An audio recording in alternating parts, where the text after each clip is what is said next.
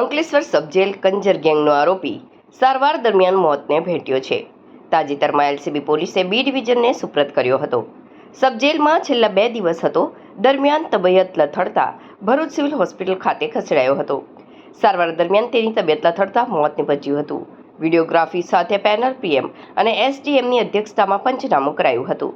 આ ઘટના અંગે બી ડિવિઝન પોલીસે તપાસ શરૂ કરી હતી. પ્રાપ્ત વિગતો અનુસાર અંકલેશ્વર બી ડિવિઝન પોલીસ મથકમાં 1 વર્ષ અગાઉ નેશનલ હાઈવે નંબર 48 પર ટ્રક ચાલકોને નિશાન બનાવી તેને માર મારી લૂંટી લેવાના મામલે બી ડિવિઝન પોલીસ મથકમાં ગુનો નોંધાયો હતો. આ મામલે તાજેતરમાં 1 વર્ષથી વોન્ટેડ આરોપીને ભરૂચ એલસીબી ટીમે આરોપી રામલાલ કંજરની અટકાયત કરીને તપાસ માટે બી ડિવિઝન પોલીસ મથકે સોંપવામાં આવ્યો હતો.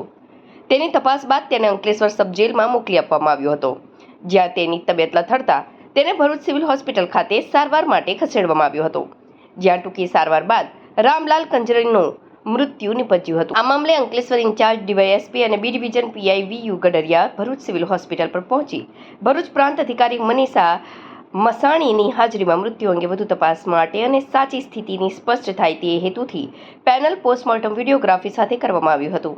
ઘટના અંગે અંકલેશ્વર બી ડિવિઝન પોલીસ દ્વારા વધુ તપાસ શરૂ કરી હતી. કાર્યવાહી હાથ ધરવામાં આવી છે.